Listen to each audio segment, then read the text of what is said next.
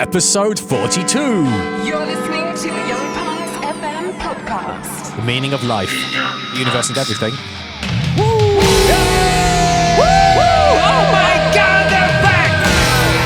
It's the amazing Young Punx FM podcast.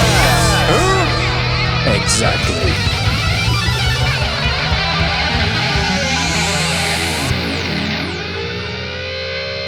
Well.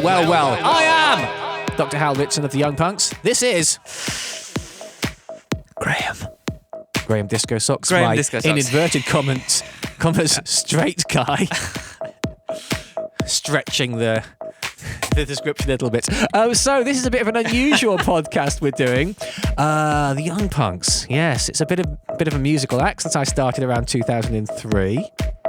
Never heard of them. And then this is a podcast that we started doing around 2007, I think, and is still running. Longest running podcast in the world? Exactly. And then we did a bit of a retrospective we put together. We have put together a compilation of the Young Punx, the best of 2004 to 2014, the first decade of glory. Which is now available for your pleasure on all streaming platforms, and we've gone crazy and made actual CDs. What? Actual CDs. What's a CD? Yes, which has the advantage of being able to find out who's playing on all the records. Oh, have you got liner notes? Liner notes, illustrations, everything. But we thought we'd do an unusual podcast in which let's just go through these tracks. Have you thanked me in the liner notes? Have I even made it to the thanks page? No. Jesus Christ. Thank you now for your help. Oh, yeah. You didn't help with any of that music, though. So I thought I'd like show you like 10 years of Young Punx tracks and chat about them, and maybe that'll be interesting. Now, there's this sort of thing on the podcast: is it about talk or is it about music? That's always been like a battle. You know, how much talking should we do? How much should we do playing music? I think I should say this is probably the talking podcast, though we will put the music on, because if you want to hear these tracks, you can just You're going to have to pay for it, You're going to have to pay for it, guys. You're not getting it for free. But if you want to hear it ruined by us talking over the top of it, then fair enough. So I'm just going to start playing some tracks, and then we'll just find out what they're all about. Style it out, yeah. So one thing that did happen is, how did the Young Punx start? That's an interesting point, because I knew Cameron Saunders from university, and he was in a rave act called New Atlantic, and I was making other types of music, rock, pop, jazz, whatever. And then I had a dream about him many years later. I thought, I'll get in touch with him. It was a dream. And we got in touch, which was harder in those days when there wasn't Facebook and all that kind of stuff. Yeah. And we thought, let's make some dance music together. So we started making dance music. I didn't really know what I was doing. But what I did know is you can sample stuff. And I like the Police, so I sampled a bit of Police. And I like that sort of Norman Cook, Fatboy Slim kind of sound, so I tried to make those noises over the top, and sort of failed, but this happened. Welcome to the show. We've got an exciting one planned for you today. It's a track called Wake Up, Make Up, Bring It Up, Shake Up. It has the naivety of just going, let's try making dance music then. Yeah. Which is, once you lose that naivety, you can never get it back, can you? Now, never really had any response in the UK, this track, but as soon as the Japanese heard it, they went crazy. It was a massive hit in Japan. Crazy. You meant to be big in Japan at the end of your career, but worked the other way around with me. Any idea why? Any idea what it was that connected in Japan? Yeah, I think that the UK market is in electronic music is very focused on the concept of cool and trend, which is necessarily happens for a small amount of time. So electronic music, and I remember at this time, DJs, it's pre-EDM and so on, DJs would be like in a dark room, they'd be very cool, playing it cool, very serious, it's a serious craft. And then the Young Punx barreled in, mashing up adverts, 80s pop, which is before Call On Me, we were sampling 80s pop tracks, being really irreverent, just like throwing all aspects of popular culture in. We were just pissing about, which was absolutely no one else was doing. And then when we went out DJing and so on, we were like standing on the decks and throwing drinks into the crowd and so on. Yeah. Now, of course, now you've got Steve Aoki. Long before Steve Aoki, yeah. This was like, people were absolutely, what the hell's this? And it's because I didn't really know how dance music is meant to work. Now, Japan is slightly different because Japan is a very conformist society, which means in their pop culture, they quite like idiosyncrasy and personality to rebel against. And as an audience, for a Japanese audience, what you give to them, they give back. So if you just go, yeah, they come straight back at you with it. Whereas in the UK, if you start basically arsing around, like, fuck off, yeah, you haven't earned their respect. So the true. first time I went on stage in Japan, there were 10,000 people there. We were lucky in that respect, and they had no idea who I was, and I started clapping with my hands above my head, and every single one of 10,000 people started clapping over their heads with me. Now, you did that in the UK, you get bottled off the stage. Well, that's an important message for musicians overall today, is it's a big world, and everyone gets fixated on whether like Radio 1 plays you or whatever, and there's no harm in being like massive in Switzerland or having a big Canadian following or something, you know. Apart from the fact that you can't go there anymore. Apart from the fact you can't go there anymore.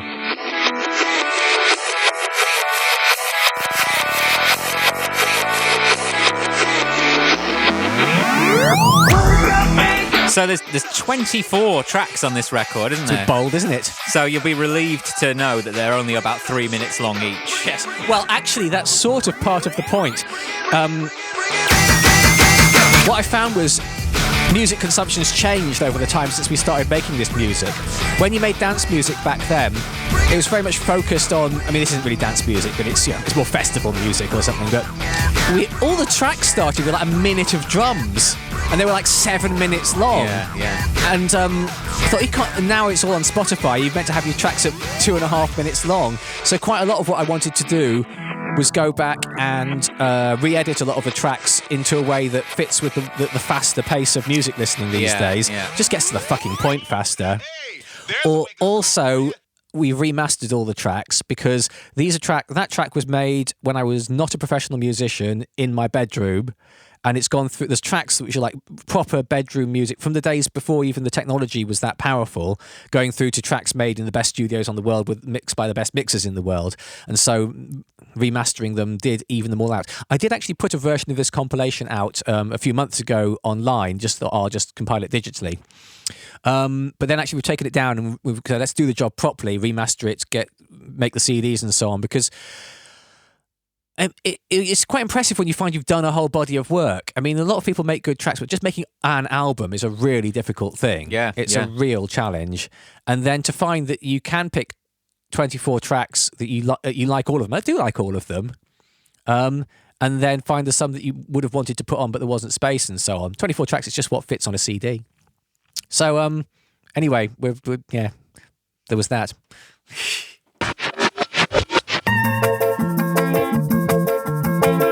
Now, the track we played before... Oh, yeah, I wanted to ask you about this one, but carry on, yeah. The previous one or this one? This one. Yeah. So, Wake Up, Make Up, Bring It Up, Shake Up. All the publishing went to Sting and Stuart Copeland's because it was a Police sample. I can't even hear this. I don't even know what Wake Up, Make Up, Bring It Up, Shake Up. It's the beginning of It's All Right For You by the Police from Bugatti to Black. I guess I haven't heard the whole track is just a Police sample looped with a drum beat added. So funny. That's funny because it really, for me, that kind of style of vocal is kind of one of the core things of the Young Punx. Well, you can either sample it or make it. Yeah. But even though it was kind of someone else's idea, it was like it's kind of something that for me you kind of own that kind of thing. Yes, recontextualization is kind of exactly. But we couldn't ever get it on adverts or anything like that because somebody else, Sting would always say, "Oh, I want £500,000 to use it," and they'd say, "Fuck off." So I thought, I need to make another fun, lively, upbeat track, but one that we write. So we ended up doing this You've Got To track, which is this. Right. And then, but Norman Cook had started DJing our stuff. And so Norman Cook said he'd remix it. And so we ended up with this, the Norman Cook remix of You've Got To with a Manu Chao sample in. I hadn't even heard of Manu Chao, but that's what Norman put in. You said you had a question about it. No, well, I was just going to say there's a kind of influence of drum and bass and kind of sound system music in all this. And I just wondered when you first came across that in your musical explorations and how. I would say there's some things which you put into your music because you've grown up with them and they're very natural to you.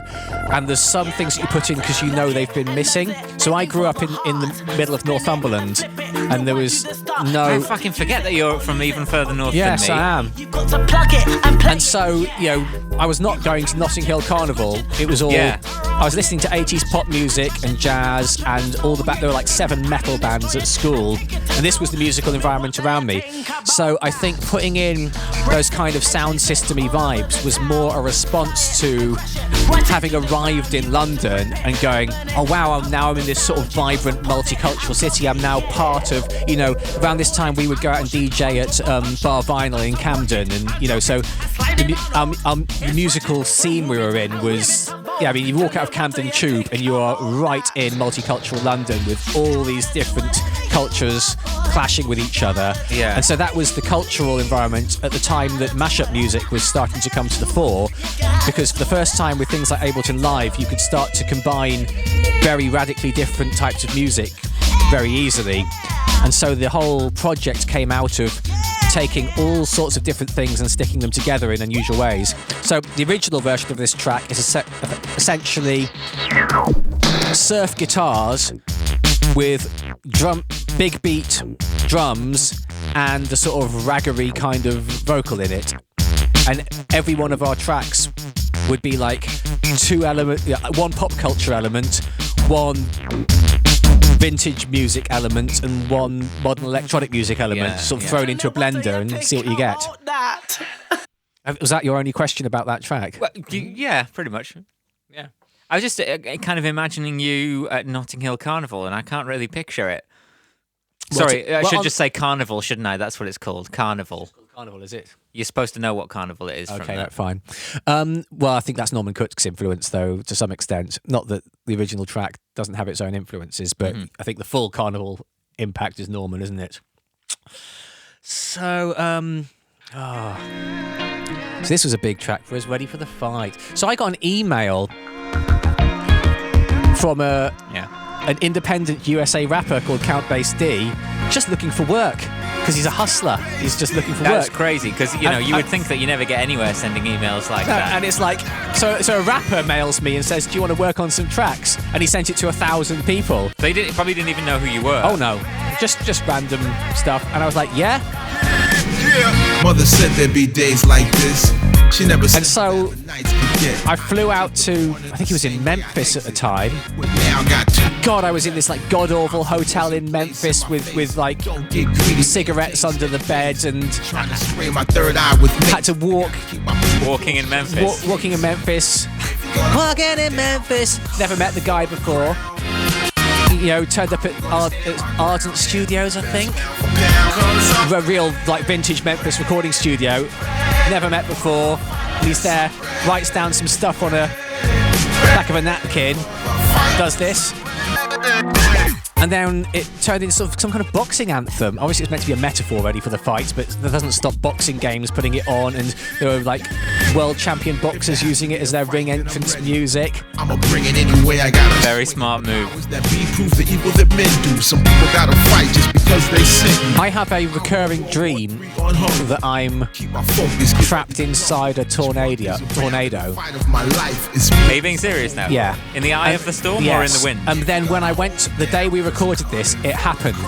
I went to Memphis Airport to fly out, and tornadoes came in. There was tornado warnings going off, and the tornado hit the terminal I was in, and there were planes getting pushed down the jumbos getting pushed down the runway, and because it's in the tornado belt, the glass is like super thick. But you're meant to go into the toilets, which double up as a tornado shelter. But I wanted to know what it looked like when it was like the dream, and I walked up to the glass in the eye of the storm, and all I can tell you is it's pitch black. All I did was look out, and it was pitch black.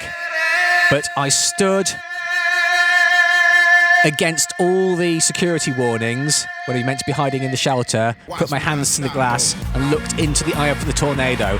And that in many ways should be a metaphor for my time in the music business if it weren't for the fact that I can't work out how it is.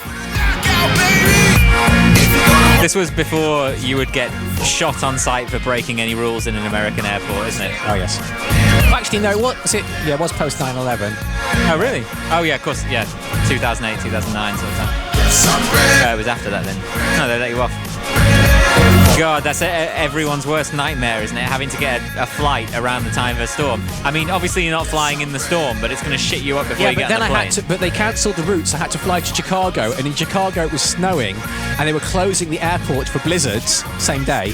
The first day it was super hot in Memphis. I got out through the storms, landed in Chicago, and there was people on camp beds because they were closing the airport. It looked like Die Hard 2. Whereas like the snow coming in around the airport. And I got the last plane out of America as it closed down for the storms. So, and also there was that track. I suppose you were young enough to find that quite an entertaining process, whereas now if you were to do it, you would be fucked off, truly. Yeah. You'd be abusing the people on the desks. Don't you know who I am? I've got a small collection of Finnish records. And there was a 70s Finnish, 80s Finnish pop star, General Nyasa, and he had a track that went, she's young and beautiful and oh so natural, in like a Finnish person rapping voice. And we thought, we've got to sample that, but then we didn't quite sample it. We turned it into a track that's a critique of a celebrity plastic surgery culture. So we made this track called Young and Beautiful, which does have the Young and Beautiful bit in, but not in this. And then we got a remix of it by Laurant Konrad, which is this one. And Norman Cook put it on his Bondi Beach compilation, Fatboy Slim on live on Bondi Beach. Yeah. And that was the way that a lot of people found us for the first time, was this mix of the track. Now, recently I tried to find out what happened to Laurent Konrad, and he seemed to have disappeared off the face of the earth. And then when I put out this, the track list for this compilation, a DJ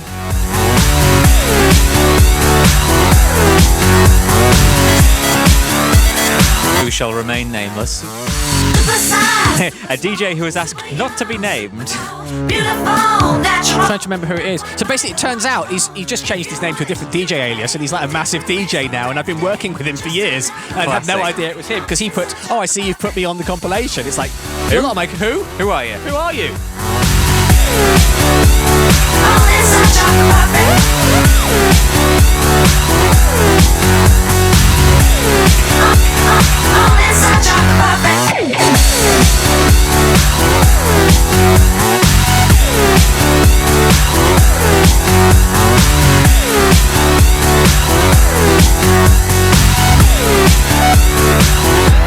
Yeah, he's Watermat. I don't know if you know Watermat. I don't know Watermat. The Watermat is a successful house DJ producer, but he just changed his name, and it's like I've been like playing his tracks and everything, and it turns out that's him. That's nice, isn't it? Small world. Yeah. Super young, super size, super size, super young, super size, super small, super young, super tall.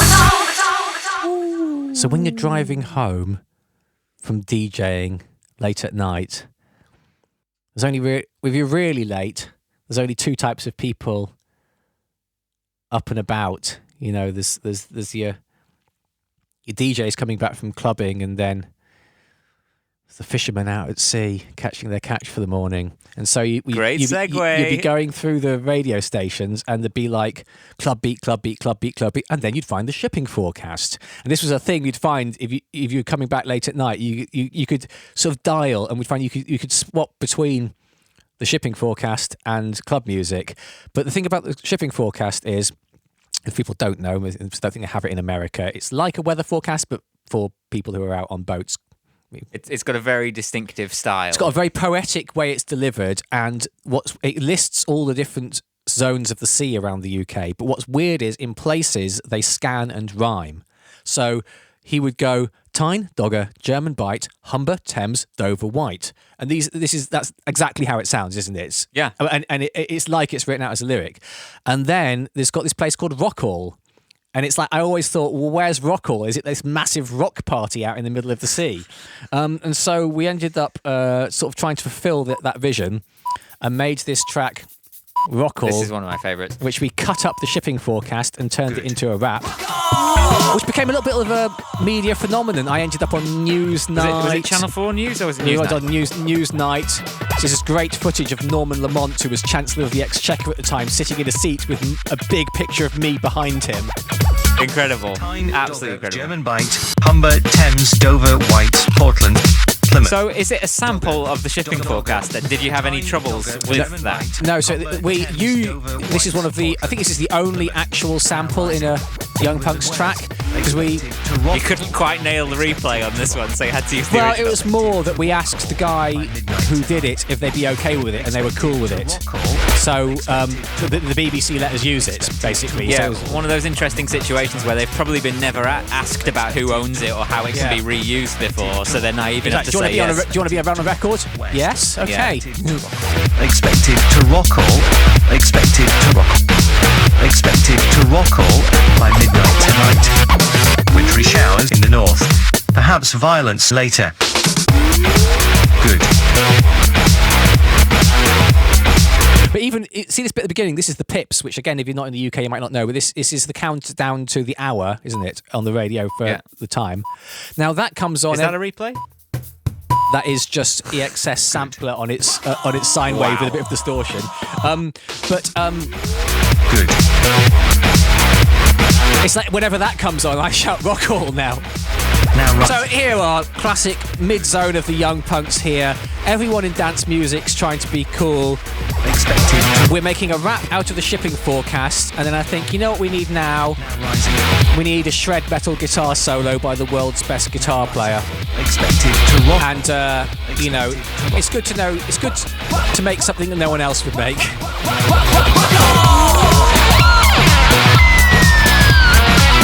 Let's just rewind to what that noise was. Boo, boo. Let's hear it again. Let's see what happened there. Kerry Where King was it? kind of harmonic burst. Where is it?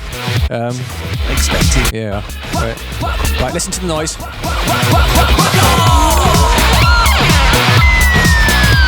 Right, what do you think that was? To me, that just sounds like a sort of Kerry King insane whammy bar. Well, the attack. second half is a whammy bar. Woo! But the first half, It was like a little slide up. never that. seen anyone do it before. Don't know if he'd done it before. He just picked up the guitar. What he did was he pushed the whammy bar flat against the guitar so the strings went slack. Okay, so the strings are now totally slack, hanging off the guitar, and he takes the E string and drags it round the back of the neck of the guitar. So the E string is behind the neck of the guitar rather than round the front, and you hear the E string slide across all the frets as he does that. That's him dragging the strings on the back of the neck on the opening note of his guitar solo. Something I've not heard on any other track anywhere. Yeah, that's from the sort of Tom Morello school of guitar playing, I guess. Let's make a noise, or Jeff Beck, a lot of make a noise that no one else has made. Yeah. Tyne,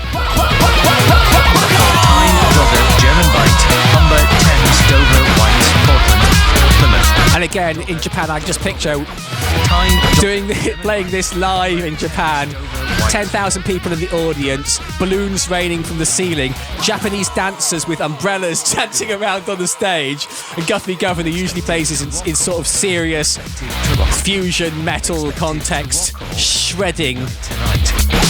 Expected to Rockall. It's been a ride. Expected to Rockall. I bet Guthrie loved the opportunity to do that as well. Yeah, I mean, his fans don't necessarily understand, because he's like, well, why is he messing about with that? But he's open to all sorts of music. He's a very broad musical person, so I think he liked being put out of his comfort zone a bit. Or maybe I was the only person willing to pay him at that point. To Rockall. Now Hans Zimmer has him on a retainer, so he's fine. Really? Wow. How did you meet? How did you cross paths? So one of my best friends at school, we do all our music together, and I went to Cambridge and he went to Oxford. Oh, did you row against each other? Yeah, not because that was what was expected of me, but they said they wanted me, so I went, oh, okay, then it seemed churlish to turn it down. And I went to visit him, and he said, there's a really great musician here. What did you study, by the way, just as an aside? Geography. But so Guthrie, he's a very unusual. He didn't go to school. He just started reading Shakespeare at home. He didn't go to school? No. He doesn't know how to drive. He doesn't know how to swim. All he did was from the age of 3 is learn to play guitar, and he read some books and stuff, and he got to go and do. He became like the most talented guitar player in the world and won guitarist of the year while he was a teenager.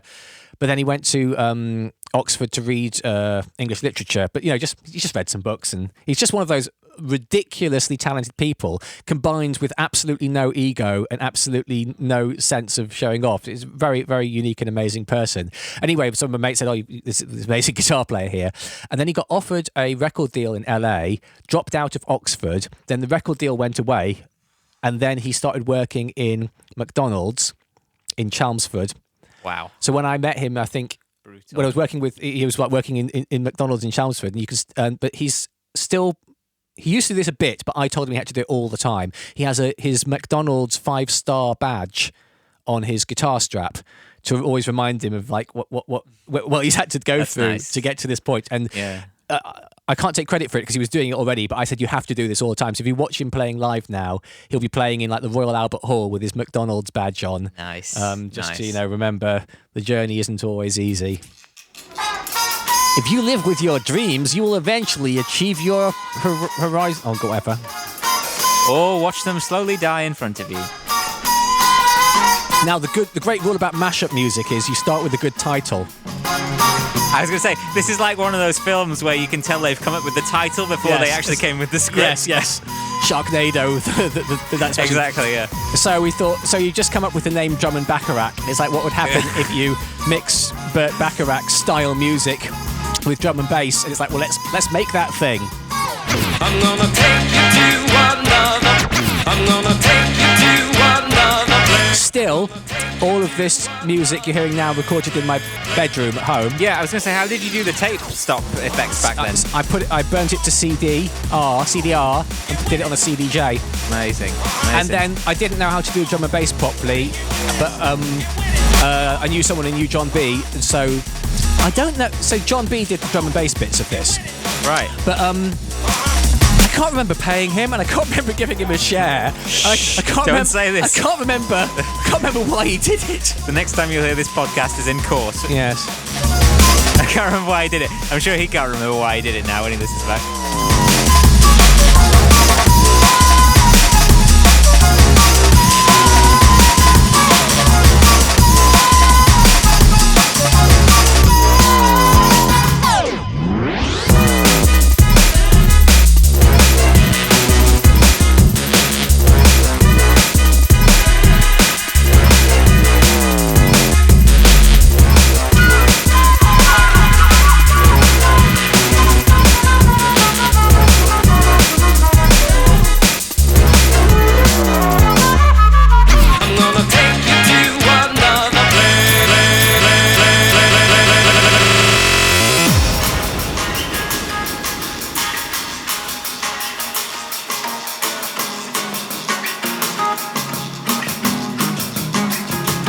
You said you'd come up with some questions. You haven't had many questions. Yeah, well, then I didn't have them all. I didn't want to, write something down for every track. I've just got a few little points as we go through.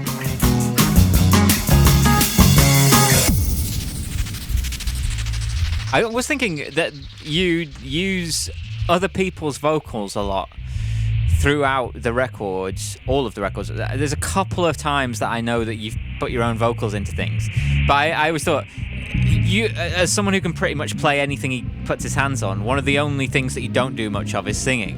Yeah, it's frustrating for me because I wish I could sing well. Now, I can sort of, I have sung on a top 10 record. But, generally, I'm not a great singer. I'm not, but heavily edited. I'm not a great singer. Do you wish you were? I wish I was so much, and I sing through people. A lot of the people you hear singing, they wouldn't necessarily sing it that way. I say, I want it to sound like this, and they copy my phrasing. So I'm sort of singing using them as my instruments, telling them how I sing it, but my tone's bad, and then they sing the same thing done well. It surprises me. I forget how much I have sung on it, though, because every now and then it's like, oh, that is me singing, and I forget that I do it. Yeah.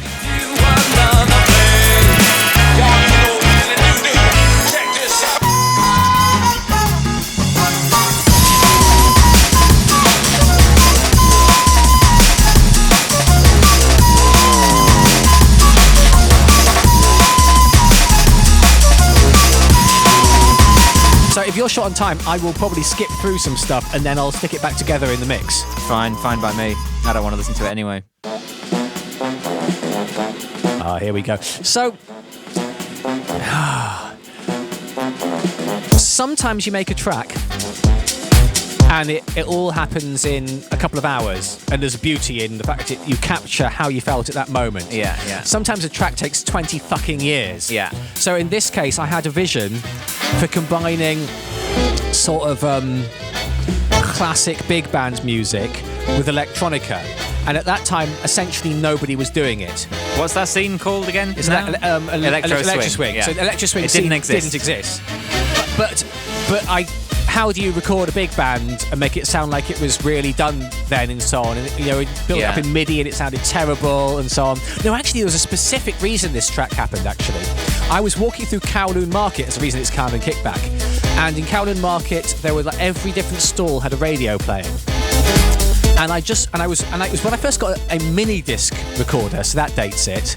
And I was walking through with my mini disc recorder, recording the sounds. And I walked between two stalls, and one side was playing jazz, and the other side was playing dance music. And in the background, there was some traditional Chinese music as well. And they were selling all these little electronic toys that were making little bleepy noises. And there was just this 2 seconds where it all came together and sounded like one thing. I thought, I've got to make that track. But the actual practicality of making it happen took year after year after year, and then the electro swing scene came up and then started going away. And by the time I'd managed to make this track, it was like, oh, that electro swing sound from 5 years ago. Yeah. Whatever. But at least, so the Young Punx version is a little bit more crazy and out there, but we thought we should centre it onto something a DJ could play. So we sent it to Gramophonedzie, who'd had the Why Don't You hit, which is like a sort of the biggest part of that scene to have a proper international chart hit. And he made this mix of it that sort of normalised it a little bit. But we still got all these solos and key changes and stuff. And look, here's a bit where...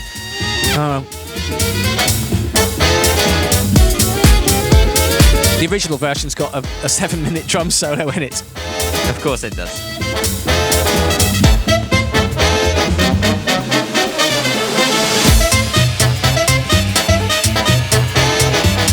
So you said you sketched out as MIDI at first? Yeah, and it sounded awful because you just can't replicate the way it all sticks together. Do you ever write in that way? I mean, I think of sometimes think about like classical composers sitting at the piano and kind of sketching the musical notation out as they're kind of writing a song. I think the modern equivalent of that is kind of sitting out and planning out a song as MIDI. But obviously, as producers, we want things to sound good from the start. So it's hard. Yeah, the classical people actually don't even touch an instrument usually. You look at your phone, checking your social media. So I'm just getting messages. Yeah. The classical people, they just sit there, hear it in their head, and write it out, which is an amazing skill. Yeah. So there's this track, and we're going to have we'll have Harlem Breakdown in a bit. So these two had really complex horn lines and so on. And the way I actually managed to get them to work in the end was I sat down with Neil Waters, who's a trumpet player I've worked with for many years, who does the scoring. And I would go to him. Basically, this is how it starts: is I'd go, okay, what I need is a sax group arranged in a 1930s style, and they go in close harmony. Yeah. And then the trumpets and trombones answer with ba ba da, and then sort of explain, and then he'd actually make it all happen. It's easier in that case, but I mean, you should have heard the original voice note for Harlem Breakdown. It's a shame you don't have it. And he's like turns it into something that actually works. That would be amazing to listen We'll to. get to that in a bit. Yeah, I often wish I could work in that way. Yeah, I imagine in the future when AI has developed to a certain point, you'll be able to sit at your computer and do something like that, and your computer will interpret it for I you and imagine create so. it. Yes. But right now, if you can't put it down some way, it's very fucking hard to translate your ideas. So now we're a little bit deeper into the Young Punx catalogue, and we're into peak electro clash, new rave, fidget, all that 2006, 7, 8. The boom years. The boom years where we could get a residency in Ibiza and that sort of thing. And where I suppose that's a combination of a punky attitude and a rocky attitude with electronica. We were less outsiders on. There was more of that going on with the new rave and electro clash kind of sound happening. Now, this track I think is interesting in that this was a top line we wrote for Mason that he rejected, and I thought, well, I'm going to use it then. And I looked through the album, and it's like quite a lot of them are top lines written for other people. This happens all the time in music. Someone asks a few people to write songs to go on the top of their beat, and they pick one of them, and then the other ones are rejected. And then you turn them into your own track. But it always seems like at some points the Young Punx is just us making tracks out of things that other people have rejected. Yeah, well, it's quite a collaborative project, isn't it? And it's also interesting that the way that you might write when you think that you're writing for someone else is perhaps different from the way you write when you're writing for yourself. Absolutely, and I didn't really ever particularly like this track. Well, not as I don't like this track. The whole Go Girls Gonna Mash It Up thing was us like doing a sort of party girl night out vibe, which I would never have done for myself. I was only doing it thinking of a different DJ in a different club in a different place. And then we thought, well, we've got it, we may as well use it. And then again, this was another one it actually got quite a lot of traction in places like Germany and Japan and so on, where it's like, hey, you know, crazy UK girls party kind of thing. It played well. But I would never have written this without it being for someone else. It's nice though, because you obviously got a very kind of diverse cast that kind of made up the Young Punx. And Michele, aka Pronat. Yeah, it's got his stamp all over it. He's got his stamp all over it. So generally, all of my music has him on somewhere, and all of his music has me on somewhere. At least during this era when we were working in rooms next to each other. And this is like solidly his noises. Is it worth a quick recap of how you came to cross paths with Michele? Well, yeah, I ran this record label which you're familiar with, Heavy Disco. Was that how you first discovered? Did you have the Heavy Disco yellow vinyls? No, I never had any vinyl back then. I didn't really understand what it was, but I cannot remember how I came across Michele. I just remember that when I did, I thought that it was the best music I ever heard. Quite, yes. So, I mean, I ran this record label called Heavy Disco, which was at that time more of a breaks label, and I'd get demos coming in all the time. And you listen to a couple of bars and whatever, because to put someone's record out, you have to put your money on the line to help their career. Yeah, you're never going to make a load of money out of it. So you're definitely doing it for the art. And you build someone's career, then they go off and release on someone else's label, and they get all the glory. And it's not a lot of. Everyone thinks it's cool to run a label, but it's actually a massive ball ache. But the moment Michele's demo came in, it hit me. And he was working on an old Windows laptop and a cheap guitar in a Tuscan farmhouse or something, totally away from the music scene with no great gear, just just a visionary. When I heard it, it was like when I first heard Daft Punk. It was just same for me. So good and so just enjoyable. Just like it instantly lifted you. I mean, he then moved to London and he made the incredibly dark Cockroaches EP when was his response to being in Dalston or whatever. But you tell him to do one thing and he can only do the opposite. Yes. So and basically we signed him to the label, and then he was like, "Oh, shall I come to the UK?" And I was like, "Yes, come to the UK." And I basically gave him free use of my studio. You encouraged him to come over. Yeah, he was thinking about it, and he was either going to go to Manchester to work with Splank Records. Remember Splank Records? I don't know Splank. No, I think he made the right choice coming here. Or come here, and I gave him use of the studio, and he made the Phonat debut album, which is a phenomenal piece of work. And he's never made another album. It is so crazy that single act of like kindness and encouragement and whatever, and it's ruined his life. He could have been perfectly happy working in his Tuscan farmhouse. Tuscan farmhouse, but instead he's desperately trying to eke a living out of sync music in the London scene. But not even just that. I mean, that album was hugely important for me getting into music. Like I've always wanted to do music, but that hearing that was the first time where I started to think, okay, maybe I can move away from the band stuff and start thinking more about electronic stuff, because before that I was playing in bands. It was a huge part of my development, that album. I mean, without it, I'd be a different person, and you're kind of responsible for making that happen, as he is for, making the record once you came over. Well, this is sort of the reason for having a retrospective of some sort, putting out a compilation, because you do stuff and then essentially it's not successful. I mean, I'm playing 24-track best of here. There's no chart records in there. There's nothing. I'm pretty sure I haven't made a profit off this act ever. Money has been earned, but money has been spent. Yeah. So you're only doing it just to have lived a life that had some value to it. And, is your value in life having put the shipping forecast over an electronic beat? It's a bit laughable, but actually it connects more than that, because it connects people and different people. As I was saying, it's about the people, right? Yeah, people, and one thing knocks onto another, and you do. Yeah. I mean, later we've got Lenno's remix of All These Things Are Gone, and that's another favourite of mine. So Lenno, he's much more successful than we are now, but he started production after watching a Young Punx production masterclass video on Computer Music's cover mount CD, and his entire production is done in the Young Punx style, and he's now doing it like significantly better than we ever did. But maybe the whole if just we managed to get Lenno to exist, that's a reason to have done all of this. I mean, Skrillex, obviously the famous quote about Phonat being Skrillex's favourite musician in the world at the point when Skrillex was the biggest, when he blew up, the biggest producer in the world. He was literally the biggest. Yeah. Here's me singing for a change. So one of the sources of Young Punx tracks is graffiti. The Young Punx band name was written on the wall in Venice.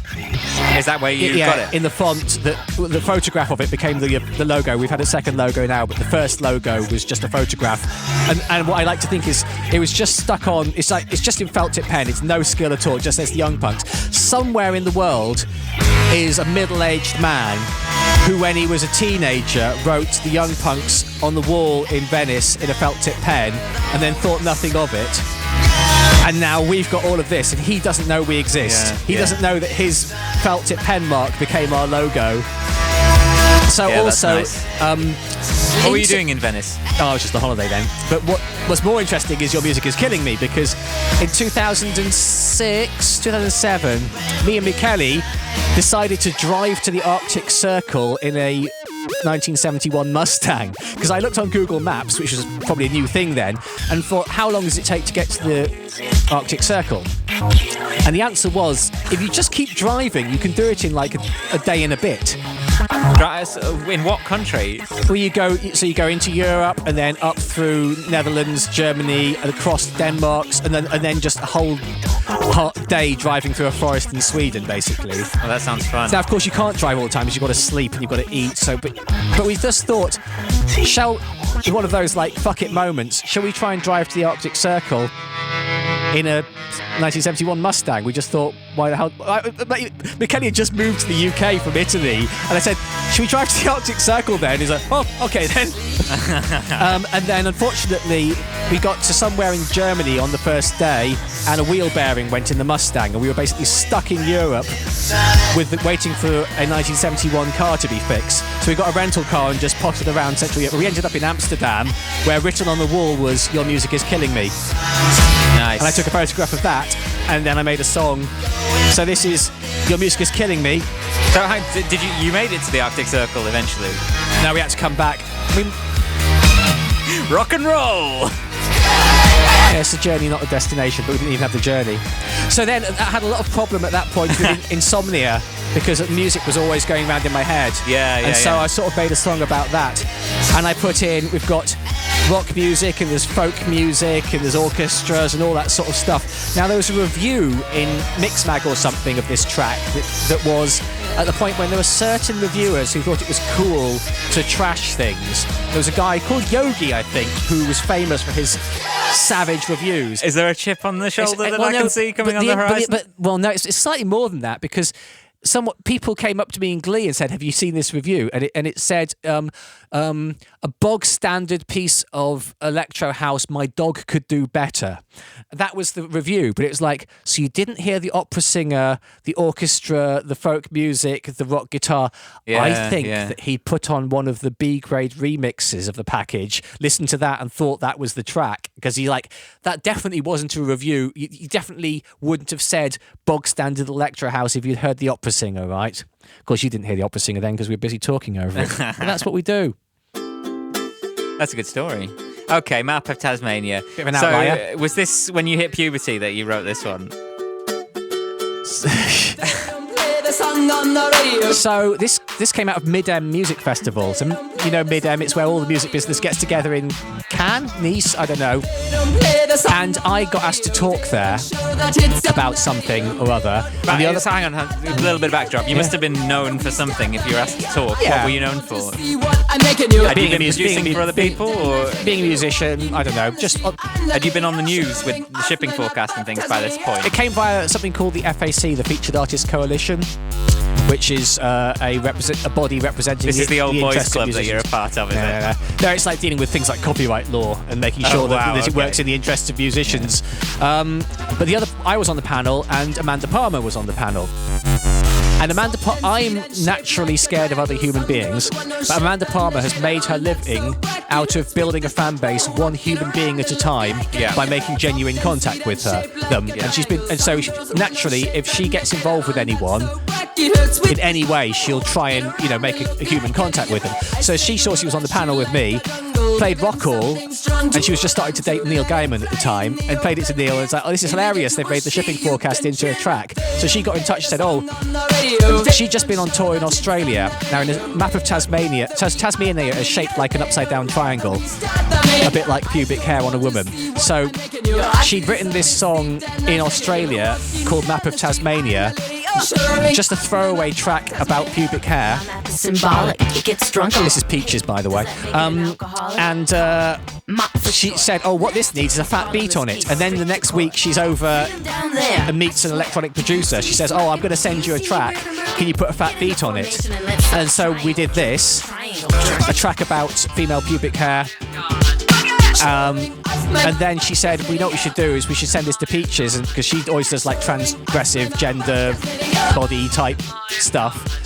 And so we've ended up with me, Amanda Palmer, and Peaches doing a track about pubic hair that then became a massive hit in Switzerland and Austria. Go figure. But we've talked over it. But you can go and listen to it by paying money.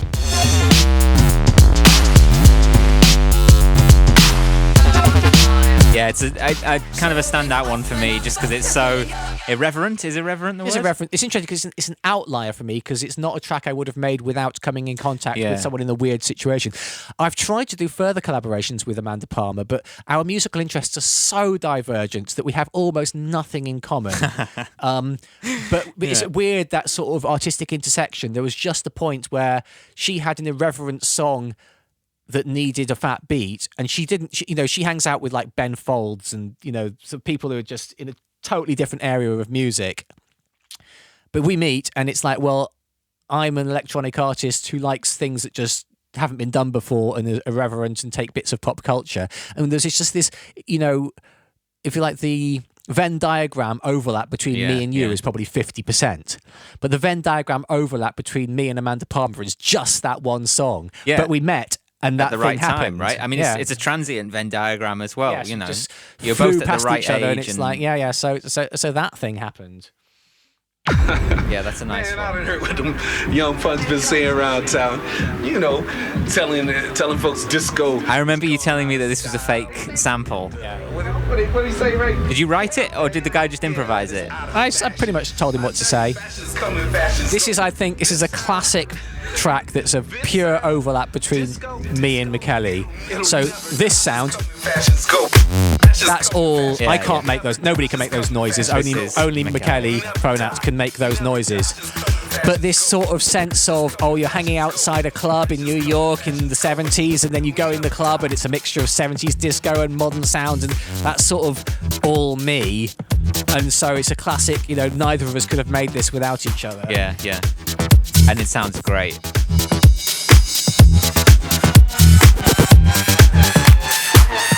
Hear me now. Party people know what the music is.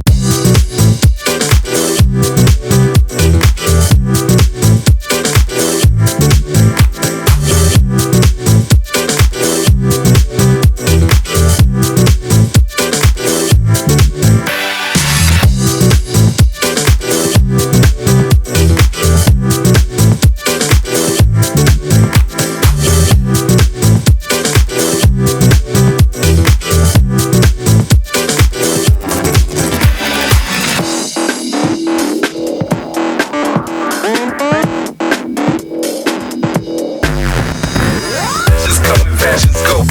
Just coming, fashions go. Just coming, fashions go. But disco, it'll never die.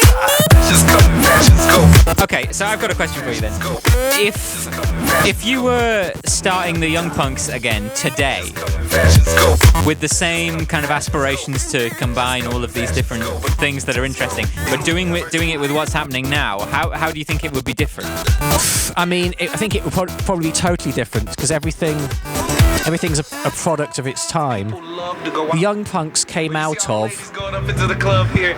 me just starting to work in the professional music scene, so I still had all that naivety of thinking if you do something, It's great. it's great, Yeah, and simultaneously not expecting it to do well, so there's no pressure. No sense.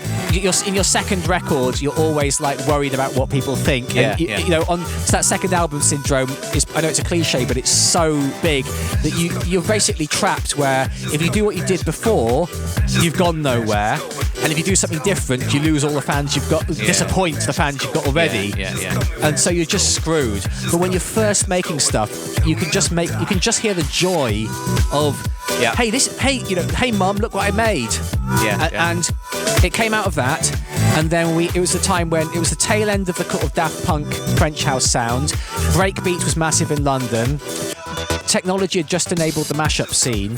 All those things came together with my personality, you know, and the people I'd met who were able to make noises. It's a very unique thing. I don't think it would be a whole different thing if it happened now. It couldn't really exist now, yeah. I mean, I Not in the same have way. actually made another Young Punx album, which is finished, which I'll release sometime soon. But I've not tried to make it, relevant to 2020, 2021 or whatever, because how could it be? It's just its own thing. You've got to stay true to what you do, haven't you, within the project? Otherwise, a project becomes sort of just a pointless vessel. Yeah, I'd agree with that. I just think that the idea of sort of trying to subvert what is going on in popular culture is interesting now, especially in a time where basically because of the internet, everyone's got a voice, and I don't think there is like a popular culture in the same way that there was back then. Yeah, and it's like everyone is doing some funny little skit thing. Yeah. It's a saturated market. So, I mean, there's things we did. So around the time that we were launching the album, remember there was the David Attenborough video where he's looking at a bird in the jungle that is effectively a bird sampler, any sound it hears, it can play back. Yeah. And we took that... Lyrebird. And we took that footage and redubbed it so that... it was playing little snippets of jungle and amen break and stuff, and we were doing the voiceover like David Attenborough saying, the loggers in the jungle have been playing the radio and the lyrebird has picked up these, and it starts doing jungle is massive, coming out, and it was done. It was absolutely spot on, and it all turned into being an advert for the album, but nobody even got to that bit. And it had some viral stuff, but at the time that was an outlier. But now it's like all these things, there's a million of them on TikTok or Instagram every day, and then they come and then they go, and it's a saturated market. And I mean, I think if I was doing it now, I think it's very clear to me now that, I don't understand what's going on in youth culture. Is it mumble rap? Well, what's all that about? And, sort of some kids doing a cover version on the guitar in their bedroom and it's got 50 million views. And it's like, what's that all about? And, you progressively realize you exist in your own culture, but you've got to not be scared of that. You can't be feel like, oh, it's a problem that I'm not down with the kids now, because, there's equally, I'm now seeing things like Twitter traffic about the Young Punx from Japanese teenager accounts. So they weren't born when the first music came out, and they're discovering it as like, oh, this is what my parents were into. Wow, that's crazy. And it's weird because... if you don't know, by the way, Hal is basically eternally youthful. Yeah. Well, I look younger than He's ageless. He's absolutely ageless. But it is funny how time, when you're a teenager, you think that when time passes, it's like, 2 years is a long amount of time or something, and you and I can not see each other for 2 years and then just pick up and have another conversation. This time flashes like that. And when you realise, I don't really see the Young Punx as being an old act. And yet, I think that the entire lifespan of the Beatles fits 3 times into the lifespan that's of crazy. the Young Punx. And if you think how much music changed between 1962 and 1970 or something, absolutely unrecognisable change. And it has our music, and I think music stabilised a bit in that time. Like Jungle now sounds like Jungle it did in 1996. House music now, you can't tell whether it was recorded now or in 1996 because I guess everyone's looking back. But, it's just weird to suddenly go, this is in 2020, and it's like we started doing this in 2003, and it's like, well, there are does that mean there are adults? Yeah, there are adults who weren't born when we started doing it, and that can really freak you out because it doesn't feel like time has passed in that kind of way. And equally, I mean, shout out to the people in the future, because we always used to go on the podcast, shout out to everyone listening now and everyone listening in the zombie-infected apocalypse in the future. And now we're living in the zombie apocalypse in the future, and I can go back and listen to us doing those shout-outs. Yeah. Prophetic. Pathetic. What? Both. So what we've decided we're going to do is divide this podcast into 2 episodes, 24 tracks. This is track 12. So we'll do this now, and then we'll come back and do the other 12 in a month or something. What? So what's this track? Juice and Jim. I guess we were trying to capture a bit of that Basement Jaxxy sort of, it's got house that feel. music meets Carnival London kind of vibe. And as with all these things, you try and do something, and at the time you're failing. It's like, I didn't get it how I sounded. But with time, you realise, we made something else that was all right, though. Yeah. So you weren't happy with this at the time? Oh, no. Well, none of these I was happy with. None of them sound like they're doing your head. They're all failures at the time. It's funny, I can't... I remember being around you when you were writing Supersonic, and in that sort of era, I remember kind of seeing you as a writer at that time. But I've never really thought of you as someone who would struggle with the writing process or find it frustrating in that way. I mean, because Supersonic is a track, we'll talk about that next time, but that was when I just signed Bobby Tank to go for Hi-Fi. Yeah. And so what it shares with the Bobby Tank sound, we'll talk about next podcast songs, but post-dubstep halftime beat with Dayglow 80s synths and so on. And it's sort of me trying to sound like Bobby Tank and totally failing. Because if he'd think it's a really lame track or He would have never done that many key changes in a track. Well, for a actually, start. that's my favourite thing about a track is five key changes in a row. We'll get coming next time on the Young Punx FM podcast. Supersonic and its 5 key changes in a row. So who have we got on the vocals on this one? So this is all Yolanda, who's been my regular vocalist throughout all of this Young Punx stuff, who has now gone on to international stardom under the name Yola. She was in the Grammys last year, best new artist. So she, when she was very young, started doing live music with sound systems and drum and bass and so on. And I met her at that point, and she did a lot of these. Have we actually ever covered how you specifically cross tracks? I think there was just I asked to work on a track that she was on, and I said, "Can you do some more stuff for me?" And you know, something like that. But the biggest thing looking back on the Young Punx career is how we got everything in the just not lined up in time at the right. So it's like there was a history of near misses. Well, yes, because you've got to get everything right at the same time in this business. So it's like at the point at which we were a buzz with DJs on the radio, we didn't have an album together. And then at the point that we had an album together, we didn't have a live show together. And then we started getting bookings. It's the weird thing. You get played on the radio for your production. Then people ask you to DJ. Then you lose money on the money you make, on the music you make. But then people will pay you £1,000 for an hour's work to DJing. When it's like, well, I have no DJing skills. So then there's something you're really good at, you're not getting paid for, that makes people offer you a lot of money for doing things you're not any good at. Yeah. And vice versa. There are people who build up really good DJ careers and expected to produce tracks, and they don't know how to produce. And, both is a weird business. So there was a point where we had an album, but our live show wasn't any good. And then a few years later, we had a cracking live show, but we were no longer Flavour of the Month with the... Yeah. Well, we had music, but it's like, the sound's moved on. So you can only really make it big if you get everything together at the right time with the right team, and you're the Flavour of the Month at the right point in time, which never happened for us. But I do like the fact that you can look back and go, well, we made some shit, didn't we?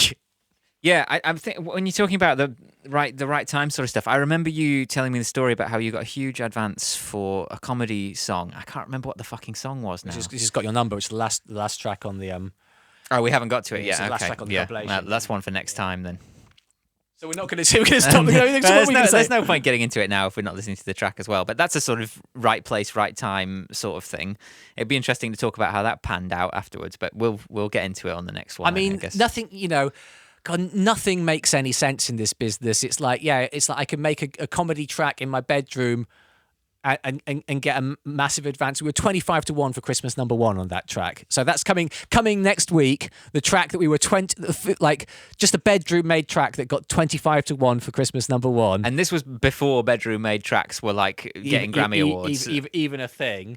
And then a track like the main version of All These Things Are Gone. So we've got, again, next week. That's another one. Next time we'll have the Lenov mix of All These Things Are Gone. It's a 15-minute long exploration of loss and the passage of time through the medium of multiple genres of electronic music, paired up with a 15-minute long hand-animated video by one of the great conceptual artists in the world. You go and have a look at it, and over 10 years, it's had like 100,000 YouTube plays. And then there's some kid flicking another kid on the ear that gets like 15 million players. It's like, well, why are you doing any of this? But because it brings so much joy to. No, it's brought so many people into your life. It's brought so much happiness, and also, it fucking passes the time, doesn't it? I always think of being a musician. People always, when you're a musician, people say to you things like, "Oh, it must be great to get paid to do what you love," and it's like that's not what it's like at all. It's more like being an alcoholic, where it's like when you see someone who's drinking, it's like, oh, they're having a good time, but actually they're having an awful time, and it's a torture process. It's like I feel like I well, I never give up music. It's my job, and I work on loads of records, but give up making creative music because it's. But then you fall back into it, and it feels more like when somebody's like, oh, I'm not drinking, I'm drinking. Oh, maybe I'll have just one then. And then they're having a great time, and then they're having the breakdown a few months later. Yeah, so that's what it's like with making music. It's just something that if you've got that personality, you just fall into it. You can't question whether you should do it or shouldn't do it. It's just a thing you naturally end up doing. And then, making a track is very different to making an album in terms of the emotions and the frustrations that you experience. It's a real battle making an album. And, we've made, I think, 4, well, how many Young Punx out there? So we've got Your Music Is Killing Me, Mash Pop and Punk Step, There's 1.5, which is a mini album. Let's not count that. And all these things are gone. There's 3 real Young Punx albums, and then there's the Tribe of Good album, which is kind of Young Punx album, sort of 4. And then there's Hollywood Kiss, which is coming out next year, which is another complete album. It's a real battle to make an album. Which was the one with Harlem Breakdown? That was All These Things Are Gone. Oh, did we count that one? Yes. Okay. Yeah. You know, it's such a lot of work, and it's like, what do you get from it? It's frustrating. I made an album over lockdown, as every fucker who existed. And did you post a YouTube video of 10 of you singing in harmony with yourself? No one's ever heard it. It's just on my computer. Everyone can fuck off. But what it made me learn, because I've worked on a lot of other people's music and a lot of my own, but I've never actually sat down and tried to make my own album. That's what I thought, maybe I should do that. But the actual organizational and administrational burden that it puts on you, as opposed to just making music that you enjoy, it's a completely different thing. And you go through you think making one track can be a roller coaster. Working on the whole album can drive you fucking insane. I mean, the advantage of doing an album is that it gives you a license to make tracks that if they were standalone, yeah, exactly, would never make the grade, because you think, oh, it's not. You know, essentially, you can make the quiet number, because a quiet number you can't. It's a broader context to explore what you're interested in. And it makes a better listen through a whole album that's got highs and lows and so on. In fact, you know, this is a podcast about a best of. Now, there's nothing I like less than a best of. A running joke amongst many people, including us, is the old Alan Partridge, you know, what's your favourite Beatles album? I think I'd have to say the best of the Beatles. But actually, usually that's not the case, because a best of is usually a very monotone list of everything that the record label thought was radio friendly. Yeah. And your favourite tracks are often the ones which are more introspective, the weird more interesting, ones, where they've enjoyed themselves. And they never make it onto the best of. Yeah. But it is good to make an album so that you can put that journey in place. But then again, the heartbreaking thing is that you know that almost nobody listens to that whole journey now. Yeah. That's exactly it's it. Like, I reckon that, you know, even the biggest fans of this act have very rarely listened to one of my albums from beginning to end, because it's not the way that people listen to music anymore. Yeah. You don't consume it from beginning to end like that. I mean, I was thinking over lockdown, as I was watching more and more musicians making music with things like Twitch. Do you know what Twitch is? Yes, it's something that young people use to watch other people play computer games. Well, a lot of people are using it for music now, and it just made me think that perhaps the way things might end up is that recorded music and thinking of art as something that is preserved is going to become a thing of the past, and actually just stuff that exists as it's being created as a sort of improvisation or a live stream could take over entirely. Almost like some kind of world where you would go to maybe a room where people would play music for you that only happened on that night, and only the 20 people in the room heard that performance. Imagine a world where that could happen. Yeah, well, we'll keep dreaming. Well, I'm implying that maybe Charlie Parker's second set in a New York basement, in the 40s, is similar to a Twitch stream. Yeah, but of course, there's no one gathering in any basements anymore, because we're not allowed to. We're in a basement. Well, apart from us two. Yeah. And one or other of us is going to catch coronavirus from the other. So if we're still alive, we'll be back with you in a month or so to go through the second 12 tracks that the ones you haven't heard of. Yeah, I know you haven't heard of any of those ones. Cool. Are we ending it? Is this the end? I feel like we should have some music under us for the end. Well, you know what we can do? Well, yeah, music under us for the end. I'm going to put on track 20. I've got speakers as big as my girl because it sounds euphoric orchestral disco. Look. We'll be back with you next time. That's better. When you'll be hearing tracks like this, tracks like this, tracks like this, tracks like this. Well, that's just a drum beat. Tracks like this. Tracks like this. There's a story about that. Tracks like that. And most importantly, tracks like this. Now, this is more my period. I remember when you were working on all these ones. Yeah. This is possibly your most indulgent fucking... Yes. Well, either that or the 15-minute long track that's next to it on the album. Yeah, we'll see you next time for that on the Young Punx FM podcast. Woo! You have been listening to the Young Punx FM podcast. We hope you enjoyed it. To find out more, go to www.theyoungpunx.com, where punx is spelled Punx because it's cooler that way. Email us on podcast@theyoungpunx.com. Become a fan on Facebook at facebook.com/theyoungpunx. Follow us on Twitter at twitter.com/guess what? The Young Punx. Maybe buy some of our music at Amazon, iTunes or Beatport. And most of all, tell your friends. Think of a friend. Who would like the podcast? Who would like the Young Punx? You've got them in your mind, you've thought of them, tell them about it. Spread the word. Spread the love. Please do. The Young Punx FM podcast. The best in new electronic music. Coming at you live from London Bridge, England. Over and out.